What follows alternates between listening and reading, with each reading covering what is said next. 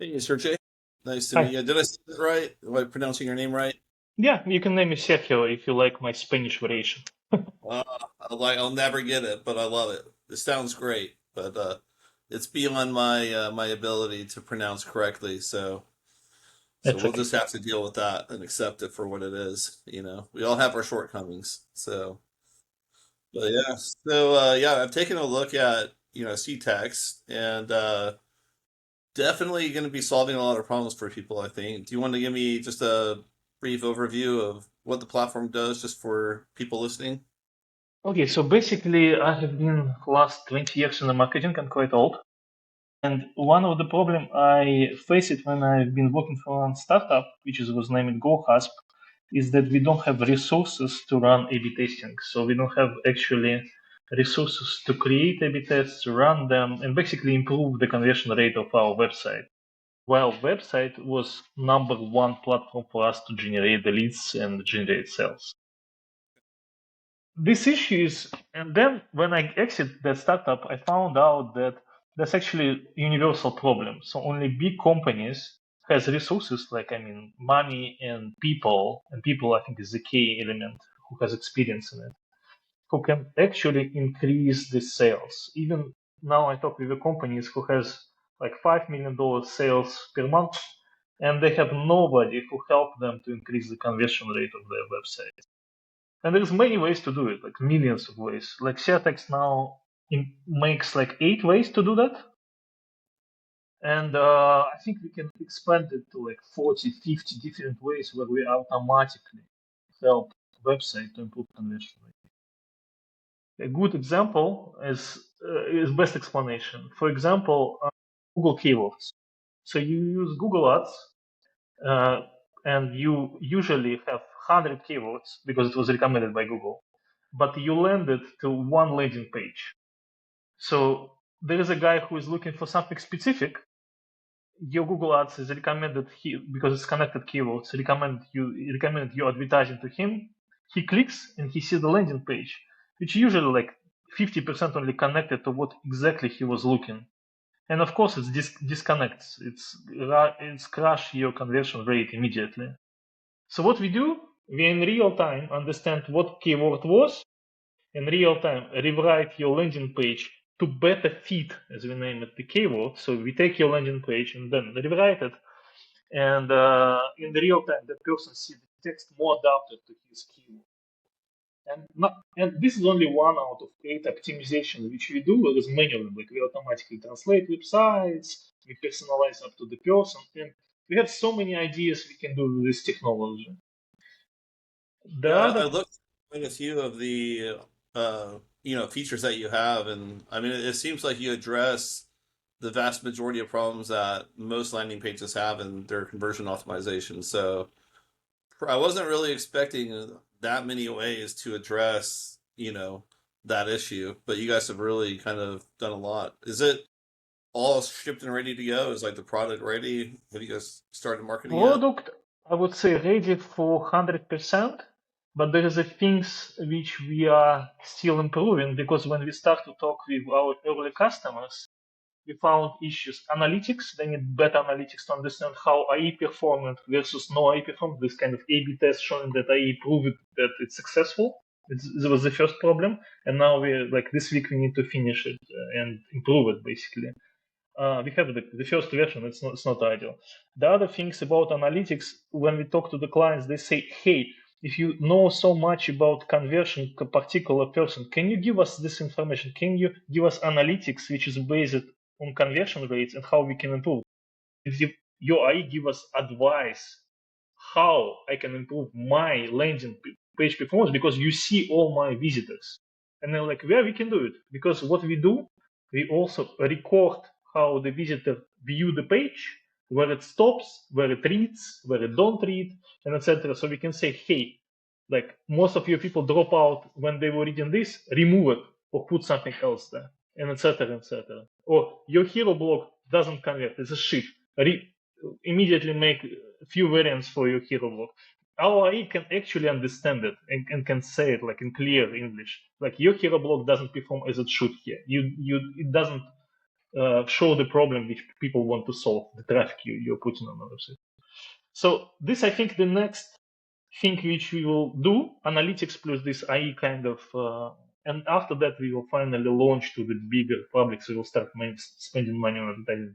Right now, we have like from 2 people to 20 people a day joining us, adding us on the website, and we spend zero right now on advertising or anything, because we still believe the product needs to be at the stage when people click, understand how it works, install it, see performance improvement, and then start paying us. Because our pricing strategy is like this.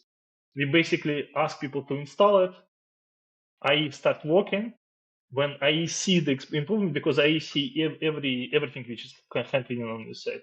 Then only after that we asking the people to join our paid plans. This is how the model which we found quite effective in terms of how people join us, not in Yeah. converting to the paid users. That's our problem.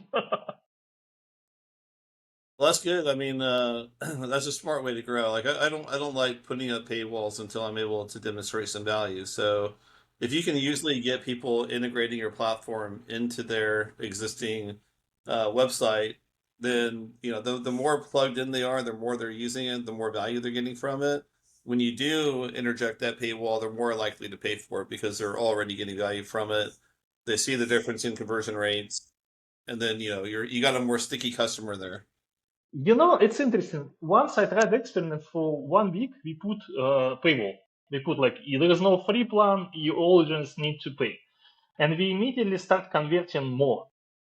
It was very Converting. interesting. Yeah. We start to convert more. The thing is, like, we start to get less installations, definitely less installations on the website, but number of people who start to pay actually increased. Really? And I'm really very big fan of A/B testing. I think data rules it all. But I think the reason is that our next step is like when we're sending emails and block people account saying, hey, SeaText show that it's give you 10% increase conversion, the start to pay doesn't work so properly as it should. Maybe we should grow conversion a little bit more, like to 20%. Maybe we should put more emails. Maybe we should some kind of call people before we move them to the paid one.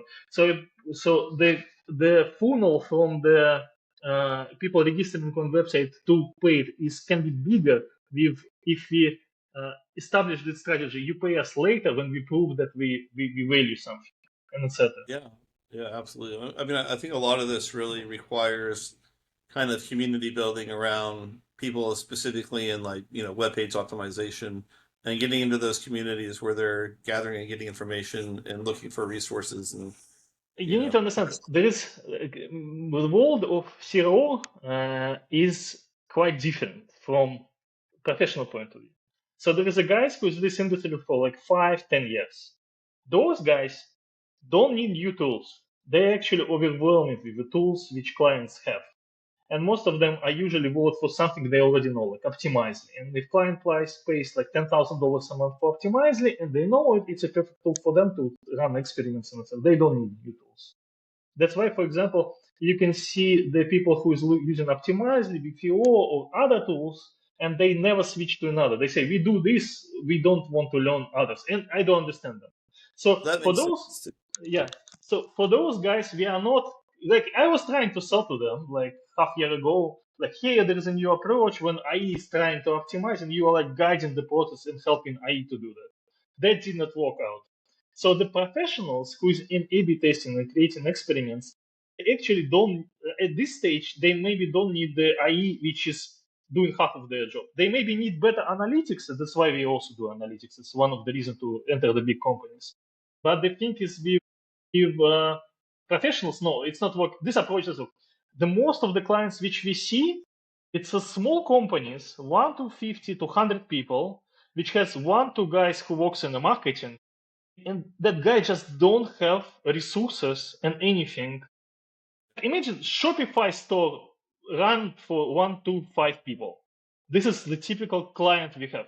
Restaurants in Italy, this is kind of typical clients we have. It's the guys whose mentality is like this. I don't have time for Karo. I don't want to learn it. Or maybe he tried and he's like, it's really tough. And after that, he says, okay, let's the machine do the job. So we are in the niche working for small to medium business and basically being the KRO expert automatic for them. It makes sense. I mean, it makes sense that you want to go into a place where people are already ingrained in what they're using because their likelihood of moving to something else is very small. Going after people who are, have smaller budgets, they don't have a team. Do you guys have like a plugin for Shopify or No, Wix or we any of only the? we have very bad experience with WordPress. We made the WordPress plugin very quickly. It's basically a wrapper which allows us quickly to install that, and we only get like I think like 40 installations from there for like 1 year of this plugin there. So we understand one thing: people on app shops like Shopify and WordPress, they're actually not looking for a particular solution if you are not inside their keyword base. So most of the people who we get on WordPress, it was people who have we offering free translation of your website is just a hook, and we were using this hook on WordPress plugin, and only then we start to generate some kind of traffic from like 5 people, 10 people a month. So the thing is that in those shops, you can't dominate with new ideas because people there don't look for something new. They don't type IE improve conversion rate. There is no such people in the WordPress and Shopify world. The other problem is that the those plugins shop itself, the architecture is like this that they don't promote the new products to the top of the search. So for example, in WordPress, if you type, I don't know, anything you want, you only show the top plugins which has millions of installations, and all the new players is always page number 3 and 4. Even if the plugins which already do the job, they're on the page number 3 and number 4, they don't promote them at all. Their policy is like the new buyers need to prove have thousands installations somehow other resources, and when we see it, then we will start giving them the traffic. And I say, like, why I need to invest my money in WordPress, in Shopify, in case if I know that I'm getting traffic from somewhere else, and build another funnels. So what are you guys doing for traffic now? Like, who are you guys going after? No, we do nothing. That's a thing. Oh, you don't do Yeah, anything. we only think we tried, and it was a failure. We tried to make cold emails to the like medium-sized companies to help them with Google Ads. And what we fail is with email infrastructure. Why? Because we following those regular advices for this industry, like buy domains, register Gmails for these domains, then go put SVD for whatever, and then warm up your email for 1 month it was. And it completely failed. Like I saw immediately, like day number 3, day number 4, after this emails start to send the real cold emails, immediately they were banned. I saw them in my Gmail workspace and my Gmail private account as in spam. Now we are There are some very who do that. yeah Are you familiar with transactional invite emails? yeah. We use them actively on the we use few providers for transactional Probably use messages. them for your Yeah. application. What I do is, so what you could do is basically create like a product demo, kind of Hmm. explaining the product. And let's say you have your email list. How many people are on your email list, do you think? Right now it's 25,000. Actually, the 25,000. people. Yeah, that's a good number. So what I do is I set up like a webinar, usually on like Webinar Kit or one of the webinar platforms. It doesn't really matter what webinar platform you use. You could use Zoom or anyone. Yeah.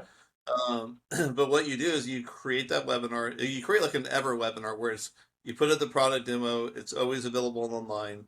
And then what happens is you take your customer list basically in the Google Sheet.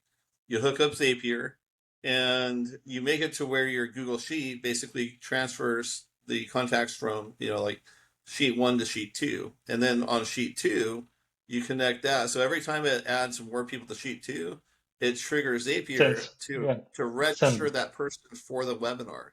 And what happens is when they get registered for that webinar, whatever webinar platform you're using sends out a transactional invite email with that registration information to your recipient. So your transactional invite emails, they always get delivered to the inbox, 100%. And you're not sending them from your platform. You're sending them from the So webinars platform. That is already, it's a trusted ISP. They're going to get delivered. And we send out literally 30, 40,000 emails a month like this. And then we get them, to our webinar or product demo. And then if they're interested in booking a call with you from there, they can do that. Or you can, download, you have your download link or your website link, whatever you want. But that's the best way to send out cold email. And it's actually compliant. It's Can Spam Act 2003 compliant, and you get around the problem of getting your email sent to the spam folder. So we tried it and it works perfectly with Zoom.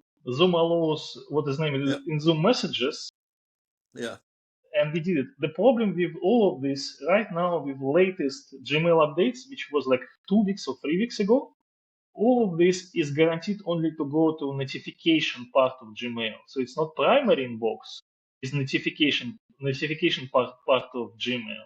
And this crash the opening rate completely. So we tried it, we understand it's working, it's definitely working, it's better than just regular email infrastructure. But we found a way better. I wouldn't say what is it because it's a little bit black hat method. But we found another way. We now know how to get to inboxes, like primary inboxes in Gmail, both workspace and home. I will test it maybe in a few weeks. We already made infrastructure for it. It's a little bit black solution. It's not really compliant and etc. But what it's actually do, it's actually landing in primary inbox. And we will 2 3 weeks. We will test it, and maybe I will open this way to other people. It's really hard to program, but it's possible. There's other way which market still don't know. so we'll have to have a call after this call, and you'll Yeah, have to kind of yeah, like, yeah, yeah. We are working. We are working on trying to get from notifications to the mail inbox of the people, and there is yeah, ways. that's awesome. Cool. Well, yeah. So, and then what's your Well, like? Do you guys have any other like growth plans for scaling or? we tried Google Ads for some very specific audiences, like for example, we translate websites for free. So we're thinking like, why to pay for video $80 a month if you can just click a button and your website is translated automatically, and it didn't work. So the thing is like, yeah, we spent not much, like $200 only, mostly European traffic, because Europe is actually has a problem with translation, not US. Yes, all they need to translate to Spanish, and that's all. Nobody cares in states around the Chinese or whatever. But in Europe, the story is different, because in Europe, you have a lot of countries, only 40% of population speaks English or any other big language, so you must translate your website if you sell something in Europe. By the way, SaaS startups in States absolutely don't understand. I never saw the SaaS startup in States which sells to Europe and understand the problem that there is a people there in Italy who doesn't speak English at all. But doesn't matter. So we tried it, and the thing is that it's very expensive registration. So we get like basically the client costs like around $50-$60 minimum. Even with a promise, it's free. So I think it's actually Viglot, they may be getting the clients maybe for, I don't know, $200-$300 each, and then the economy may be working that this client is paying them, I don't know, $50 a month, and it pays out. For us, even if the person is loaded for us, and then we need to somehow push him to pay for other IEs, not only translation, it's not working. So for us, uh, advertising for specific audiences didn't work much, except now we are checking the new concept. It's named Other Compliance. Other Compliance is when your website now, especially in California, need to be perfect for the people who can't view it properly with disabilities. And what we see right now is there is grow in that segment. The amount of keywords and people who is asking how to make my website other compliant is like skyrocketing right now. They're going like this. There's many reasons. Lawyers are sending emails about that. There is a push in this industry, compliance industry. So we are thinking maybe for that industry we will make a special plugin which makes your website a little bit more compliant, and then they puts ads there and start to load traffic from there, and it's going to be immediately paid users because the plan for them going to be only paid. It's like basically like VGLOT model. We pay $5 for the click, $50 for the client, and the client pays minimum $50 a month, and then it's become profitable. Otherwise, I don't think it will work. This free model which we tried with translation, I get translation for free. I don't think it will pay out. We need to immediately show the solution, charge for it, and etc. I would say like this. If the pain is hard, the people will pay now. If the pain is like a little bit like nice to have to improve my conversion, or nice to have translation, people don't pay for it till they see the results. And the result is like, I will turn, basically what we say, we will turn you off if you don't pay us. Yeah, and they're like, okay, so tomorrow I will lose 10 sales. Should I pay those guys or not? Of course I will, because I will lose 10 sales. Yeah, but otherwise, if people doesn't have created problem inside their head, they just don't pay. The free solution is okay, but not nothing on top. If somebody has been through the development process, their platforms are ready, they're spending money, sending traffic there. They look at their ad spend and they're like, wow, I'm spending a ton of money, I'm not getting a lot of value for it. That's gonna, kind of push people to, into your solution because you're getting a higher conversion rate on your pages. So I mean, it makes sense from a business logic standpoint that you would want something in there increasing the value that you're getting, from your ad dollars. And so yeah, I mean, I think more people would pull the trigger faster, with that in mind. I know I would. Like, we spend a ton of money, and we manage. I manage some campaigns where we're spending $700,000 a month on ads. So yeah, it makes sense to spend $50 a month if it can improve your conversion rate even by 4 or 5%, even. But if you can do better than that, clearly you're gonna pull the Yeah, trigger on it. So it's kind of no, a no. no-brainer. Yeah, and our model is like this. Yeah, we also think like this. If client even get 4 or 5% conversion rate, for the most of the clients, we already pay out completely. Like ROE or is already there. The thing is that we also get the data from these websites of our clients, and then can create the new products based on this. Like just for example, a chatbot support. Now most of the people see the chatbots on their website is like, oh, customer has a question, he can go to chatbot and ask something. Everybody's looking like this. Imagine we have a chatbot which is full screen. So you go to the end of your landing page and you have a huge chatbot screen which says, hey, you have a questions, we can help you. Tell us, ask us anything, we reply. You say, oh, okay, maybe it will increase my conversion rate like significantly, because imagine every client which I will lost possibly will be converted at the end of the page to the guy which at least I'm talking. This sounds like revolutionary conversion tool. But then you ask a question yourself, what should I reply to this guy in a chat to actually increase the chance that he will buy my product or buy my service? And when you ask this question, you're like asking yourself, and how I know what work, what's not, like which is replying in the chat, because definitely you're not a human. You'll be sitting there 24 hours answering the questions. And when you look at this like this, you need to know which words actually convert and which words doesn't convert. And the ultimate, what we are doing at SeaText, as I believe, maybe in many years, we will make some kind of AI model or LM model, which actually find the words which sells. So because we have data kind of right now from more than 1,000 websites, and we know which sentence the person read before clicking buy button. So we That's awesome. exactly know what in this industry is working, what is not. Yeah. And this, I think, like our main value. At the end, we will be able to make a kind of data set for OpenAI or any other company which we can sell. You can make LLM which actually answers the questions properly. Yeah, does that on a client by client basis, or is that just a large language model that's combining all the data together? You know, it's not possible per person right now. In future, I think it's possible. So you can take the data. Right now, what the chatbot see, it's basically see your text. It doesn't have information. Who are you? What is your age? What is your education? Which is, I think, is really affects the words which sells. It doesn't think at you. It doesn't know your experience. And theoretically, we all have all this data about all web visitors. So when you, from this state, with this education, with this income, with this experience, we can get all this data in real life from LinkedIn, for example. I So know data companies get all that data, so I know yeah, what you're talking. yeah. So we can push that data to LLM, which knows how these people converted by these words. This is the biggest problem. It's like education level this, use this word explaining this. Education level like this, explain like this. Older than 70, boomer, explain like this. When you will be able to do this, this is going to be amazing. This is going to be the conversion maximum achieved in the websites, because the website become like super personalized to the level of I knows you. Yeah, absolutely. But we are far from it. It's just what we do in the next 10 years. If we get a lot of clients, we got a lot of funding and etc. But it's huge. Absolutely.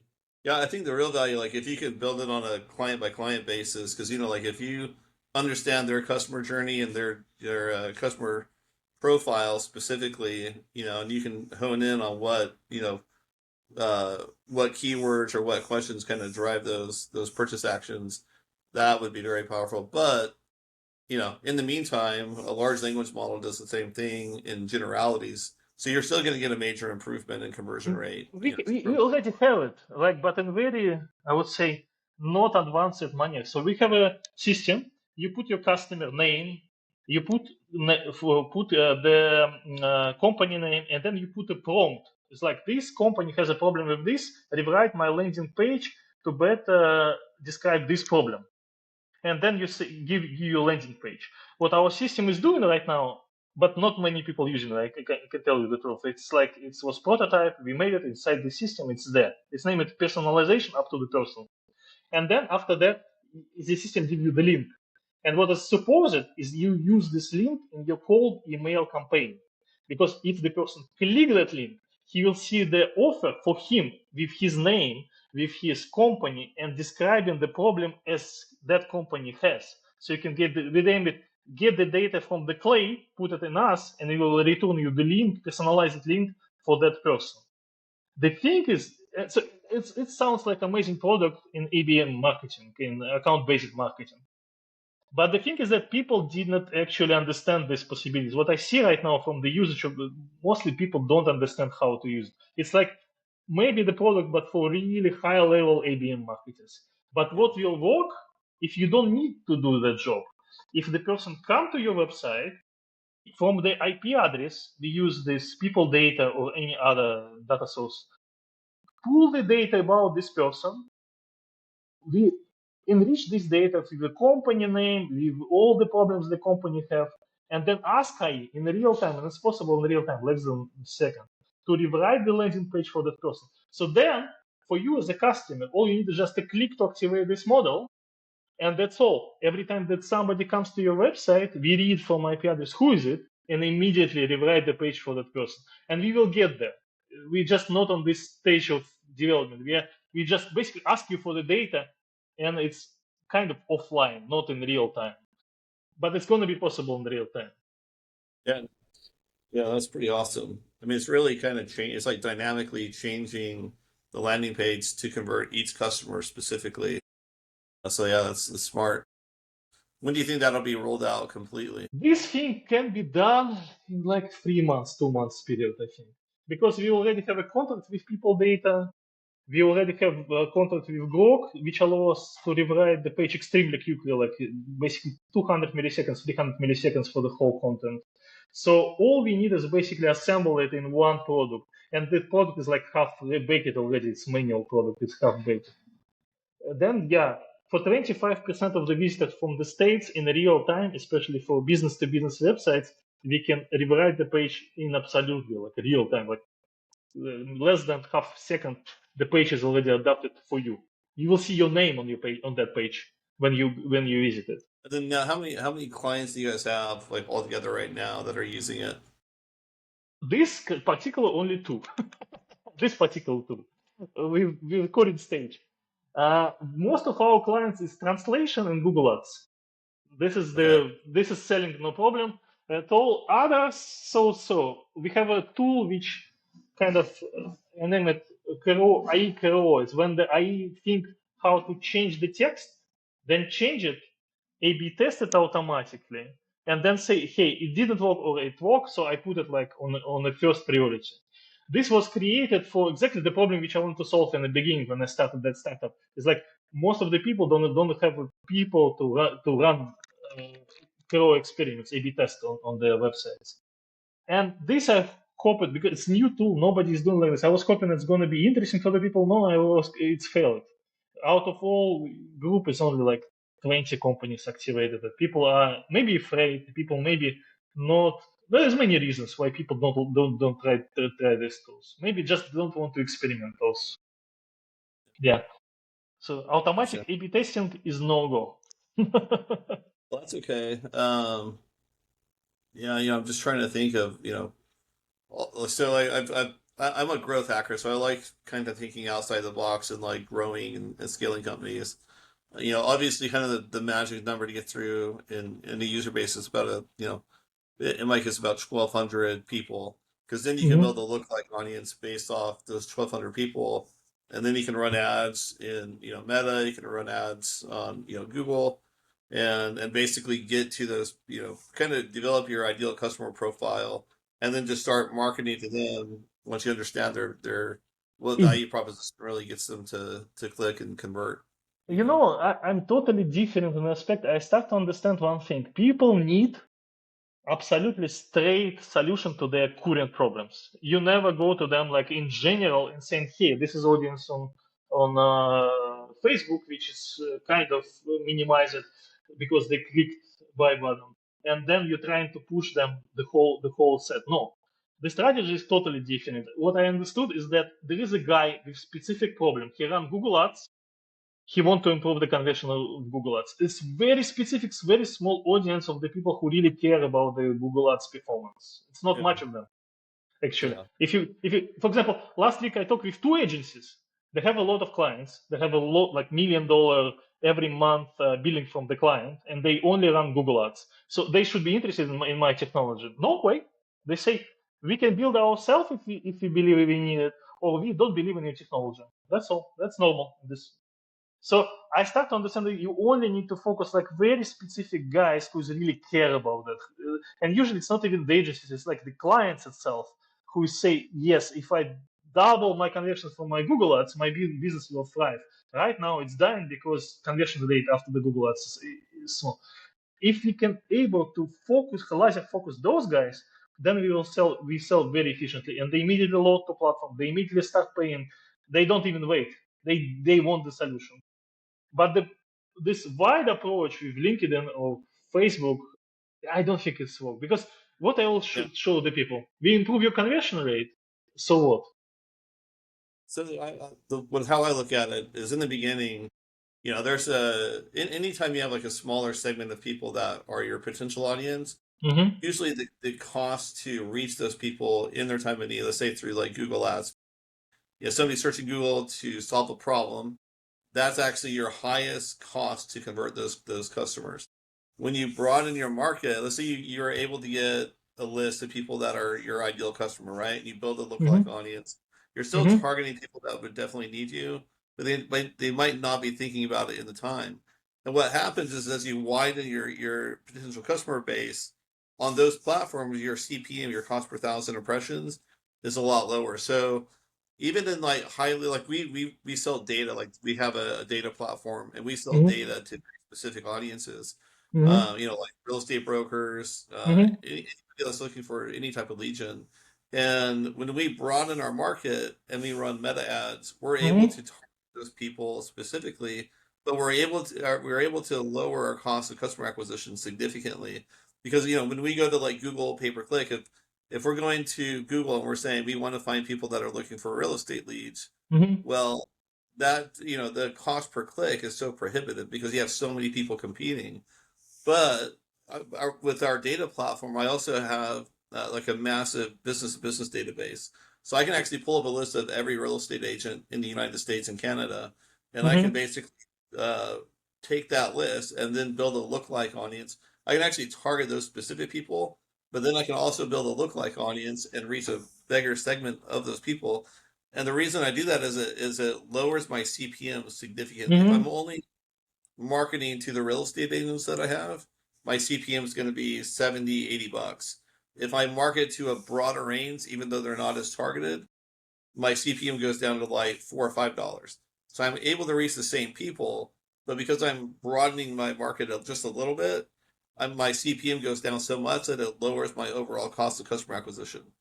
Yeah, And but that's what, yeah, yeah. that didn't work with me because I told you we tried it, and CAC was very high for us. I mean, or we need to charge much more. We need to charge not 50, not $100. We need to charge like minimum $250 a month, and then this we can approve these costs, or we need, or the mix is like this. It's not the if you look at the, like, if you create the solution in your head, it's not like two boxes. Should I go to Facebook and get that? It's actually multidimensional, because you can go to Facebook only if you have this conversion and these prices for your service, and this cost of acquisition of client and LTV. And the issue is that we are playing with basically I need to create the second or third SeaText with different pricing, with different uh, advertising, and with different funnel to check it. Because right now with low prices, which I have, and I have it because I'm basically very early startup, I don't have much there. I can't use advertising on this stage because it will never pay out. That's an issue. If acquisition cost is like $200 and I'm getting only 25 from the client, it will pay how much in like 1 year in the best case scenario? I'm not sure that LTV will be so high. That's an issue. So for getting to these channels, I need to basically create 3 different startups with different names or whatever, and then with different pricing and different audience lists try to apply, and then maybe it will work.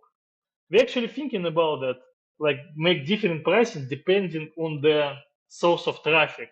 So we can make a model, I don't know, do other people need it or not, where it sends where the traffic comes, put a cookie, and then in the app, it shows different prices for different people. So if the guy is coming from New York and he is from high level zip, then we show him like 10x price for our services.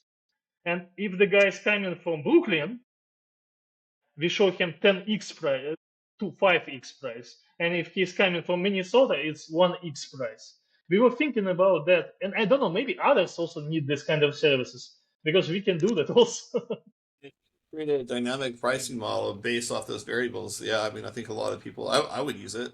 I mean, I'll be using SeaText for, we've got, a lot of companies that we run. So I would Mhm. definitely use it for all of our companies because we're always like trying to get Mm. better conversion rates on our landing pages, so I could definitely see the value in what you've built. But yeah, definitely adding a dynamic pricing model would Yeah, be pretty awesome. yeah, like So we were thinking about it for making it for us as a yeah, model, you basically. might as well make it for everyone, just Yeah, add it. yeah. Because I Well, think it's really needed, because people are different. People need to hear different words, different prices. They need to even hear it absolutely. sometimes differently. Like a funnel Yeah. should be different for Well, I mean, different you should be people. testing, you should be using a variable price model anyway, just to test different price points, conversion rates based off different price points.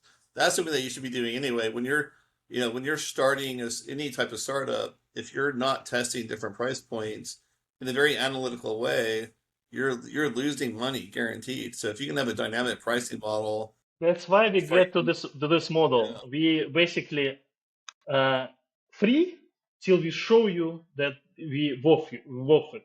And when we worth it, you basically, our pricing model is like the more views you're going for our engine, the more you pay. oh yeah, Theoretically, it should be like this. We check your industry, we check who are you selling, how much you are selling, and then we adjust pricing based on your industry. If you're selling, I don't know, something which costs $10,000 a month, of course each visit for you is extremely important. Like you basically can spend like $10 just to make your website a little bit better for this person. And if you're a small Shopify store which sells, I don't know, something very cheap, computer mouses, $5, $10, then yeah, you can't spend even 1 cent for the improving the conversion.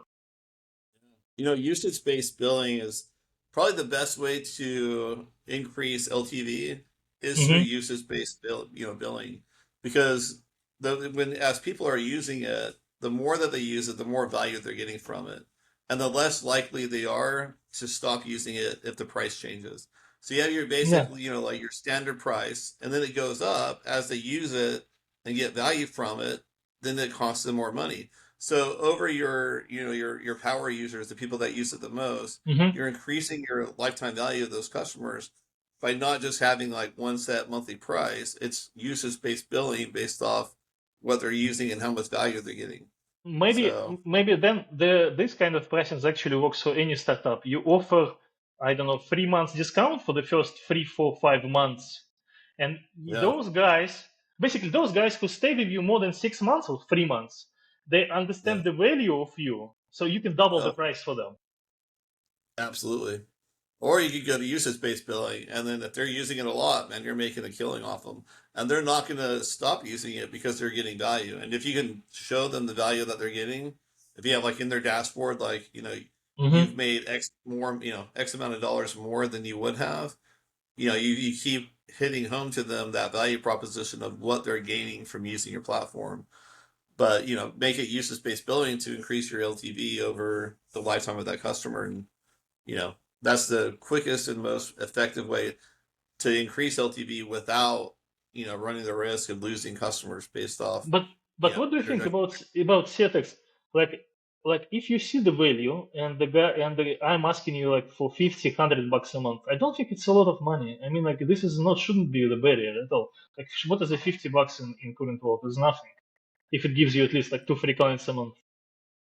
Yeah, I think there's a lot of ways that you could use the pricing model, but definitely, kind of make the value and make the price of the product based Yeah. off the value that they're getting. Okay. Always tie value into pricing. So Okay, I have a question to you. Can I show you the system inside working? yeah, that'd be And, great. and, I'd love and that. you just tell, I want, like, this is what I miss right now. I miss talking with the customers, possible customers. It's like, I need to understand what you understood, what you didn't understood, and etc., etc., etc. So for me, it's more like customer research where you say, I didn't understood how this works. Please do something to explain. Okay. Yeah, let's take a look. Yeah, permission to share your screen. I hope so. Load. Oh, by the way, let's do it as experiment also on the landing page.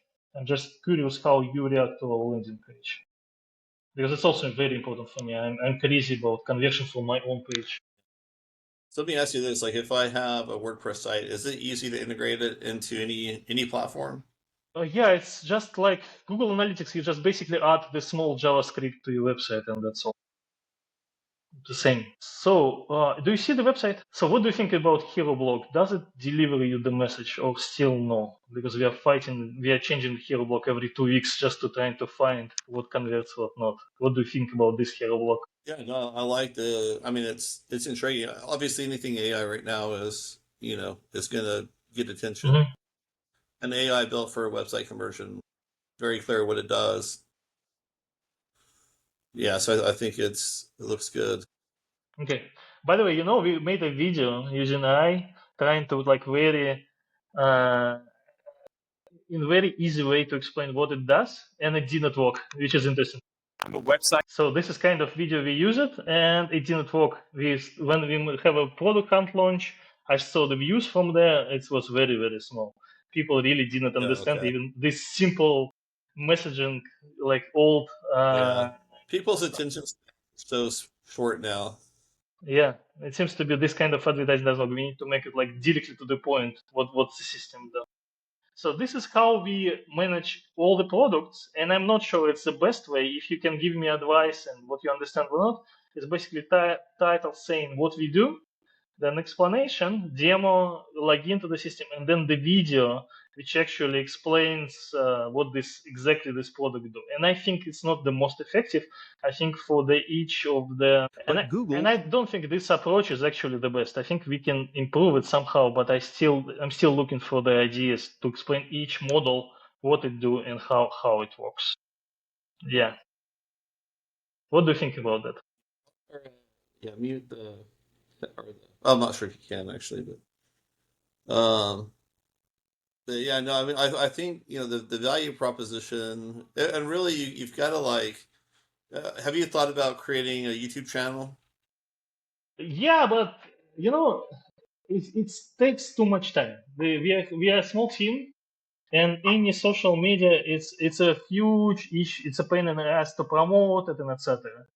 What I would Yes, do, but uh, I'll tell you what I would you actually, know, Mhm. sorry. So yeah, with YouTube, I mean, like, people ask questions on YouTube. It's a second largest search engine for questions, right? People trying to Mhm. solve problems. So if they're asking, like, how do I increase my, website or Conversion my rate, yeah. landing page conversion rate, you want to be in front of those people with an answer, right? Because there's so many people Yeah. looking for stuff like that. So yeah, Impossible. It's already thousands of videos. It's impossible to run there for the small startup. Which if you don't have a huge audience and you don't have like a very nice video which people actually watching, etc. Like you don't invest tons of your time.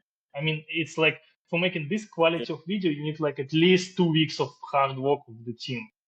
If you don't make this kind of the videos, I don't think people will watch it. So yeah, if for it's me, not it was used to like make, yeah, it could take a while.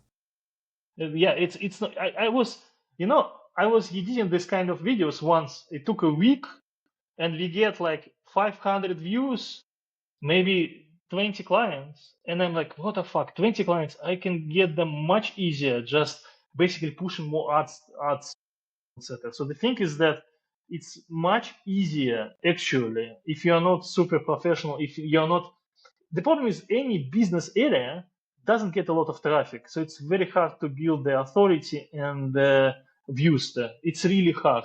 People don't understand it. I think people think like, oh, I make easy, shitty video with exact question that people ask, and I immediately get tons of traffic. No, Yeah, you will not.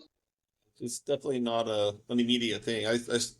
So I write and produce music, and I have a music channel on YouTube, Hmm. and in 3 months I built it to about 24,000 subscribers, and Yeah, we're generating. but that's music. It's much more Yeah, people are looking for it, listening for it. But people on YouTube looking for something around the business. No, they usually like what I see from the traffic is basically how to translate your website. This is kind of traffic I can understand I can get from YouTube. But this is not my audience. My translation is it's a big. I can tell you that we translate the websites automatically with one click and etc. But I wouldn't say it's something which will drive my growth because there is how many software there which is doing that. one of the things that you can do besides creating your own video content is going to Hmm. people that create content in your space, influencers, people that create YouTube content on those types of topics, and reaching out to them with an affiliate deal. And you'll be surprised, like, a lot of people will end up doing affiliate deals with you, and they already have the audience built in. They're already getting the views, they've already got the subscribers.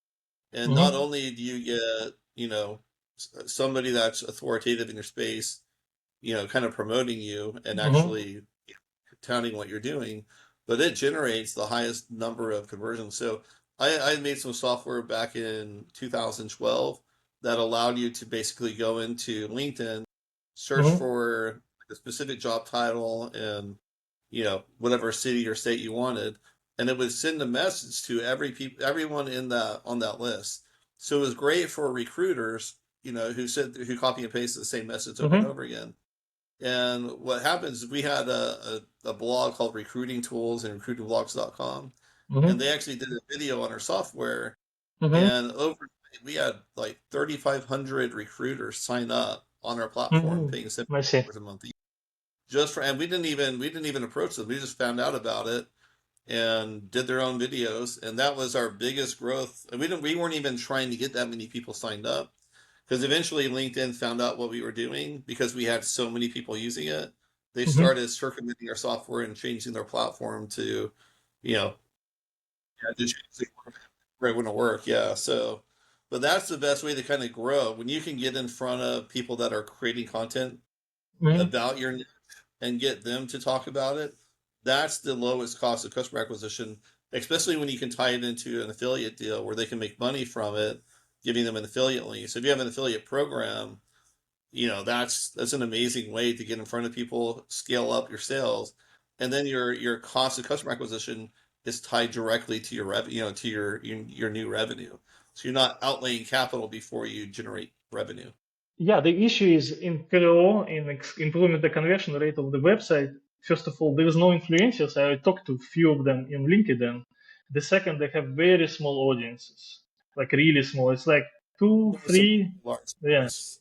I'm friends with some really large ones that would be yeah. perfect for what you're doing. Absolutely. The thing is that what possibly will work for us is those guys who is giving the courses how to improve your business in general, not KRO, but like how to improve your business, something like very very general. They basically give advices to millions of people how to improve the sales of their, I don't know, laundry business or whatever they do there. Those kind of guys can be interesting for us because we are like kind of new product. We can work with all the audience. For us doesn't matter what kind of website we optimize. And also I think it's kind of fit for us, but we will try it a little bit later when I told you analytics and everything gonna be in a little bit better shape. Like the product itself is not so rough right now, but by the way, the product. Let's go back to that. So this is how we look when the person register on a website and possibly even add the website. If you add the website, you will see your it's on top corner, and then he go to this what is automatically sent to this main AI hub where he actually can choose the whole website or particular URL which he wants to optimize. And what he do, he just press one button, like activate button, and this model start to works. And then if this model need additional information, some of them need a lot of additional information, like Google Ads, for example. He press on settings. Oh, Most Google wait a second. It didn't work properly. To check why. Oh my god, what the fuck. Yeah, so he get to this model where he also can, where he actually do feed the AI with information. We show it as a video. You can watch the video how to do it, or there is a full step instructions like get this application, download your keywords, upload them to the SeaText, get this and get that. So at the end, the client maybe in around maybe 1 hour of work and maybe 10 minutes if he's fast, he get this keyword, then AI instructions, and then he get this link which he posts back to his Google Ads with software which Google offers. And after that, the AI rewrite it. So after you give all the instructions and send it to the server to optimize, after that he get this link. This link is basically the link to optimize it page for this keyword. And when you put it to Google Ads, people who use this keyword, they immediately see the optimized version. This is how most of the AI works. Some of them don't need anything absolutely. So, like for example, translation part, you basically activate it and then you go to the settings if you need them, but you don't need it. It's automatically do the job. SeaText. Wait a second. Yeah, and after that, you basically there is a settings like I don't want to be translated to some languages. I want to upload the pictures, or there is a font, or I want to upload translated pictures, and that's basically all. There is no much settings for translation, and it's automatically translates from your language on your website to the Yeah. to the what language was on the visitor come from. So if he come from Mexico or Europe, or even he lives in States and his browser in Spanish, it automatically translates to the Spanish. Yeah. So one thing, with that, like I can see a Hmm. lot of value, in, people running any type of ads, like the wider your ads. Let's say you're expanding you can expand your ad group to worldwide.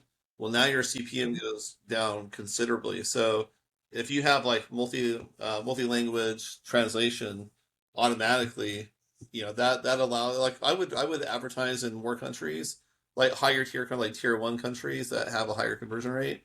I would do that more if I had, my website translated into other languages automatically. That would be amazing because then No, I can increase like my traffic and decrease my yeah, CPM.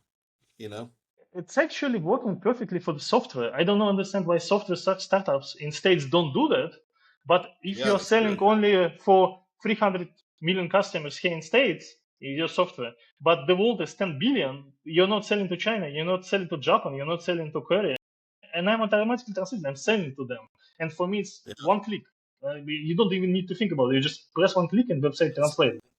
like, has a massive value proposition just from a marketing perspective, and growth perspective. If you can go into emerging markets that need what you're doing, those customers are a lot cheaper to acquire there because the CPMs are so much lower. You No, no, know, no. The difference is huge. Like once we were trying to advertise SeaText in India just for test, just to understand, I spent like $50 just to see the CPMs, just to see is it real customers and so on. I was surprised. 5 cents per click, 2 cents per click, 3 cents per click, and that's etc. no. Yeah. They don't convert as much, but they're still a No, no, lot no, no, cheaper. no. That time I needed just a free website just to load on my platform because I need beta testers. And for me, it was cheaper to get beta testers from India and Pakistan than anywhere else. I basically paid 5 to 10 cents to get the website loaded on my platform so I can test how my platform is performing. It's basically free testers for me for 5 to 10 cents. It's nothing. Yeah. So I do have another suggestion for you. So one of the things that we did with our data company is we wanted to bring in people that would basically sell our data and become data brokers. Mm-hmm. And what I see with you is, a lot of the people that would implement your software in their platforms is, website developers, people that develop for a lot of different clients. So a lot of freelancers, that develop websites for clients. But what I would do, and the reason I'm saying this is because if you can offer them an incentive where every customer they sign up and integrate your system into their client's platform, they automatically get paid every month a commission, kind of like an affiliate. You're turning them into affiliates, but you're building that relationship with them where you're training them to integrate your platform into their clients' websites. And now, if you acquire one of those people, every client they take on, it's a new revenue source for them every month where they can make money every month on that. And what we did with our data platform is we allowed them to basically, set their own price we have our price for the data, and then they can actually add on up to 100% Spend over. more. Yeah. So they can actually make as much money as they want. They can upsell it as much as they want, and there's a huge profit margin in it for them. So, and we did that through Stripe. Stripe has a thing where you can actually have affiliates or the people that sell underneath you, and when the customer is charged, their fee is automatically sent to them, and so you're not having to like micromanage payments to them. I can't. It's Stripe Connect. Are you Yeah. familiar with that, Stripe Connect? I never use the Stripe Connect. We can do it, referral marketing, we can do it. But the thing is that I decided that actually those designers or let's say product manager or even marketing managers selling to their own companies, it's kind of back paying. And this Yeah, is the issue. This is the issue. let's This is the do that. I would sell it yeah. to developers who work with clients because they're working usually on a freelance basis. They're not like Yeah, if but it's a the market, problem, but the problem oh, is how much clients they can give us. Like one developer usually works for 3, 5, maybe 6 clients a year, because the well, project's like 2 months minimum. if they're like on freelancer.com or Upwork, they're working with new clients constantly. Also, yeah, I agree with you. Yeah. The thing is like what we are do actually we will do reference. I think it's for the bloggers. So the guys who is in business, who is advising how to get. Like I told you, like this kind of bloggers which has 500,000 subscribers, and the guy is basically telling, I started this, I did this, and this is my business work, and so there's a lot of guys like this. And for those guys, a referral program is the only thing that they actually need to put SeaText ads. So we make SeaText referral program, and then they advertise it. And for those people, because they have audience like 500,000 people, 200 million people. I think this is a vector which is actually can give us a lot of customers. I can tell you there is other vectors. For example, if we ever make the contract and we already has this kind of token contracts uh, for web builders platforms like Wix. So Wix recommend us to translate the website. They will not do that because they have their own translation plugin. But I'm talking about small guys Yeah. like Tilda, for example. Tilda is not popular, but it has around 1 million websites there. If Tilda once in a day will recommend us, we will get like 100,000 clients ready for it with one-click installation to the Tilda website. This is going to be a miracle for us. We will grow like this. It's going to be skyrocketing for us. We just need to get to this stage of product where everything works perfectly, where clients actually converts perfectly, they actually start to pay. And then I will go just until they say, hey guys, wanted to make 1 million this year additionally. All you need is just recommend us and make one-click installation to your web builder. And there is tons of web builders like this. GoDaddy, a lot of them. So I think this is a big segment, not the freelancers on the freelance.com. I mean, see the thing, the great thing with like freelancer is that you can target freelancers very easily on, on Meta, and so you just target those people with ads that speak Mhm. directly to them, and then you say, hey, you should join SeaText's affiliate program. You basically you set this up for your clients, and you get paid every month for it. So it's monthly recurring revenue for each client that they bring into it, and it really and it provides a lot of value for their client. And I think you I would could. I would go for the big guys. One big contract, like I need just to build a product to the stage where it's so ideal that when I talk with big clients, which has millions of websites, like even like the guys who has a domains, because for us doesn't matter if you have a domain and this domain owner send emails to their clients, hey, there is a new tool and we have a super discount for you, 50% off. That's also will work, and I it's understand.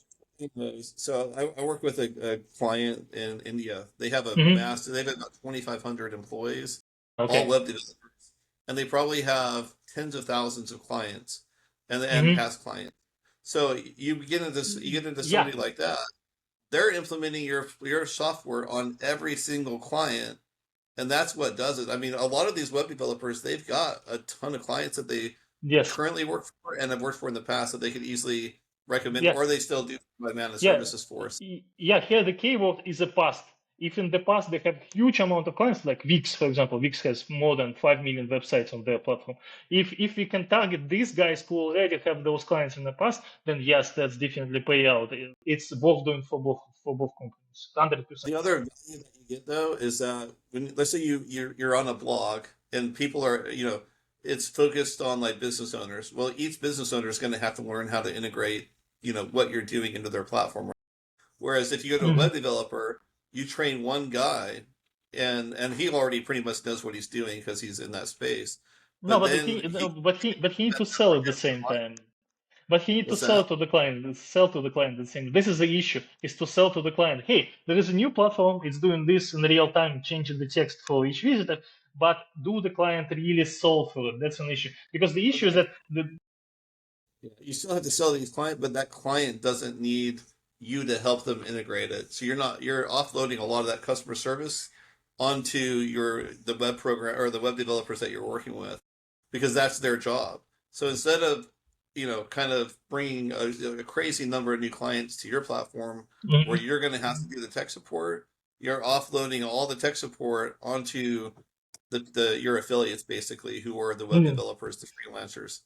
You know, Yeah, I still believe we need to go to the big guys. I still believe we need to go to when I we mean, no matter what you do, you should have a multi-variant approach to, like a yeah, multi-channel yeah. approach to your marketing. Because one thing's going to work great, and then but you need like a backup. You need a lot of different, The things only to be thing thinking. I want to say about that, so there is a company Clay, maybe you know about them, clay.com. Yeah, yeah. So a clay.com, it's a big company, and about a year ago, with our personalization agent, we come to them and say, hey, we from your data can make real-time personalization, which I was explaining in the middle of the call.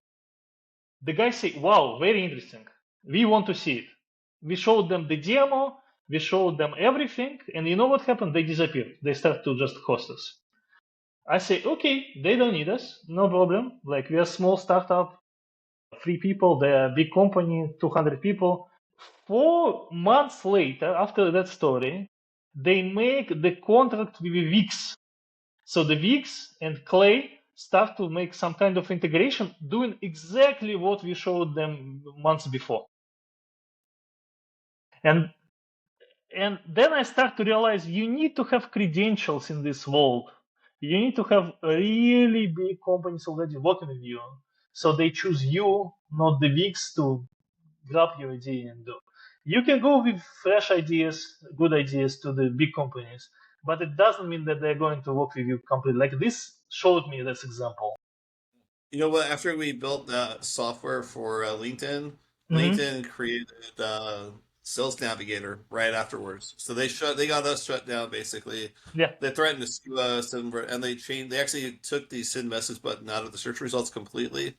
So we didn't want to support the software anymore after that. But that's when they created Sales Navigators right after that, and specifically promoted it to recruiters because we had found a niche that they hadn't yeah. really even tapped into yet. And, so yeah, they'll steal your stuff pretty fast. You got to be careful who you Yeah, no, no. I understand you need to who you. you need to be big and strong to go to big companies and just show them you can't do the same in 1 year. If you show them, yeah, you made something amazing, you can't copy this. Maybe they will copy you.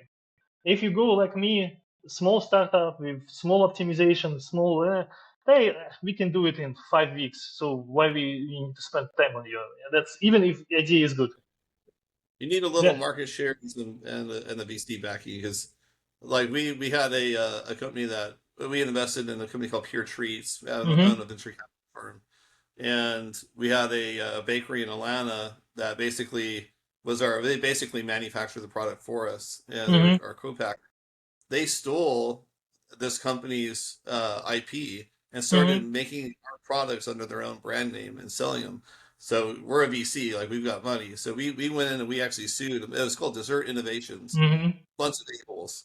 And so we went in and we sued them, and they backed off right away. So you got to have people that have your back that can go in and actually defend your IP once you're in that position. But they literally try to rip us off, and they took our products and Yeah. started manufacturing our products under their own brand name, and we put a stop to that pretty quick. So Yeah, that's a poor reality working with the big guys.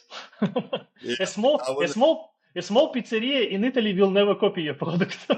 Yeah, and even if they did, who cares? Yeah, You're not getting market share. So yeah, in this yeah, case, it was a lot of market share, millions of dollars worth of market share they were yeah. trying to steal from us. So but yeah, no, I mean this is cool, man. I think what you've built is really, really amazing.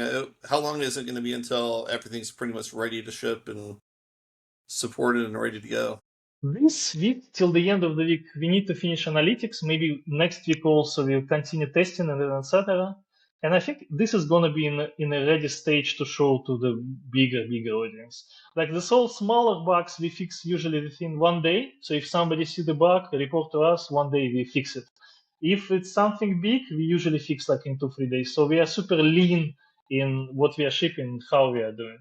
And what we actually made, and this I think our greatest achievement right now, is that we can add this type of new IEs, new ideas to our platform less than 3 4 weeks. So somebody comes with an idea, even the client, and say, "Hey, I run Facebook campaigns, and I need to personalize based on the I don't know the city. So if people go from Osaka, I want Osaka in my text. And if the person comes from New York, I want to see New York inside the landing page because it will increase conversion rate significantly because I'm local product. And these kind of products we can do right now in 2 weeks, including prototyping, making, and testing. And this is, I think, the biggest thing we do. We did. We basically make a machine which can customize whatever the client wants. Like he go to us, say, I want this, and we make that fantasy, and also put that fantasy to everybody else, so everybody else can do it. I think this is the thing which we actually built for last year, not this IEs. We built the machine to adapt the text whatever the clients wants.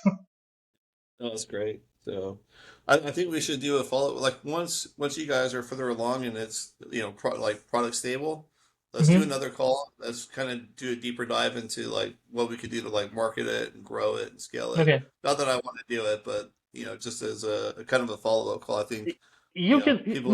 you can use it right now. If you see any bugs, just tell me, because like 99% of 90% of the product ready for 100% is there is some small bugs there and there and there, but they are very easily fixable. You can just use the product right now, and if you see something you don't like, just send message to me and I will fix it. It's very easy to fix everything. Yeah, your website link, Hmm. on the podcast here where people can click on it and go Yeah, to it, see what you yeah. guys are doing, and maybe try it out. So if you could add like a coupon code to it somehow, just so you know people are coming from this podcast that are interested, that would be pretty awesome. I still didn't have the referential system. We need still to make it. Okay. It doesn't exist. All Like right. actually, you can do it. I mean, like you can put your referential when you log in, but then nothing happens. It doesn't change anything in the world. It's just the referential code. Yep. No Yeah, worries. Well, hey man, it was great meeting you, and look forward to talking to you again. And yeah, yeah. In a few best of weeks, luck. let's do like this. In few weeks, when we launch the IE powered analytics, when you can actually type and ask the LLM like who was my users, why they did not convert, and etc. This is going to be another amazing video for you because it's nobody's doing this. And for you, and another way, maybe your listeners will say, oh yeah, I need this type of analytics for my website. Yeah, that'd be great. Let's do it. So, Okay, thank you so much, Sergey. thank you. We'll talk again soon. Yep. Have a great one. Thanks. Ciao.